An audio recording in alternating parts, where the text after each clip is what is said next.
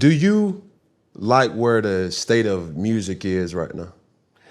Well, I think the state of music is always, including in my time period, you know, it was always the best of times and the worst of times. Right. You always had something that was completely forward thinking, that was pushing the envelope and just busting outside of the expectations Right. of greatness. Then you had bullshit Right. that was more bullshit than the generation before. Right. So every generation gets better and the bullshit will be worse. Right. You know what I mean? And both sides of that spectrum is, you know, gonna lead to it being the best of times and the worst of times. So even as we talk about this music industry, you have your children in this industry. How does the balance of me being an athlete, right? And I'm toiled between the two where it's like, bro, y'all really don't got to play football. Yeah. I needed to play football. You needed to rap. You know what I'm saying? You became a TV personality, a rapper, an entertainer, all off of A Better Life for Them. Sure. So for you, how is that as you see distinct values or distinct talents in your children? Do you push towards it or you just let it happen? Well, for one, I really hate that they chose to be in this industry. Not that I hate that they chose music, or that I hate that they are passionate about music. I hate that they chose this industry because I know all the treachery and the deceit and I know the dastardly nature. Not the dastardly. Yeah, I mean it's But take me through it. Like it's full of thieves and crooks. You know what I'm saying? It's full of people who, you know, who want to smile in your face and then operate under different principles behind your back. People who, you know, hide their heart, hold their tongue, you know, and people who can't wait to get you in a moment where, you know, they can leverage themselves against you, to oppose you. And I just didn't want to introduce them to nothing like that. But I guess, you know what I'm saying, that's a part of the world we living in, and it's only so much sheltering that can be done. But speaking of sheltering, bro, and I was excited to get you on off of this whole thinking and theory. I seen, obviously, one of your sons in the Waffle House situation. Yeah. Right? Yeah. But coming from a parent, Yeah. your explanation was perfect. But at the same time, me having 7 children of my own, right? Teenagers, one teenage male, one teenage female. That life that they live, you try to protect them as much as you possibly can, but also give them the freedom to be a man or a woman. Sure. You feel what I'm saying? And it's not fair to them who share your last name because they will get perks because of, oh man, that's Tip's son, bro, let him in. Oh man, T.I., man, that's his son, man. Yeah. What? It's gonna be both sides. You dig what I'm saying? Yeah. So when a situation like that happens in the media, as a father, it's like, oh my God, take me through it. Well, it's kind of like my daughter and I was having this conversation, my youngest daughter, and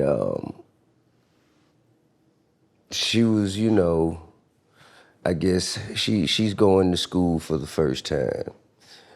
She's in first grade. She did homeschool, pre-K and K. She in third grade now. She wanted to go to real school by her own request, and so she's beginning to socialize and she's learning people. Right. So she told me that this, you know, that this one young lady in her class was passing that popsicle and gave her the one that she didn't like. She said, and she doesn't mind this flavor. So I just said, no, give me that one. And she said, well, I would, but I already had my hands on it. She said, but you didn't even open it. And I said, no, that's too much. Listen, you see that she did that on purpose. Right. She meant for you to have the one that you didn't want. She said, well, why would she do that? I said, because that's all she can do to affect you at that moment. You know, and I just told her, man, when you leave out this house, don't nobody really care about you for real. Right. The people who care about you gonna be in this and gonna be right here under this roof. Right. Outside that door, don't expect no favors or no love or appreciation from nobody. If you get it, assume it's fake. And if you find that it's real, appreciate it. But don't believe it. Yeah. You know what I'm saying? That's a proverb right there. I mean, that's just kind of how I deal with it. And it's been that way, especially for my kids, all coming up through school. And a lot of times, the spoils that come with having your same last name or being attached to, they aren't ready to navigate themselves The through. access. Yeah, what to receive, the discernment that that is necessary to navigate through what may come to them. So at times we have to try and do that for them. Yeah. You know what I mean? But we see you ain't got this, you ain't gamed up enough yet. Right. You're overly exposed, especially with social media. Correct. You're overly exposed and you ain't gamed up enough to know. Right. You know, what to receive and what to reject. Right. So I kind of have to be the intermediary there, as much as possible.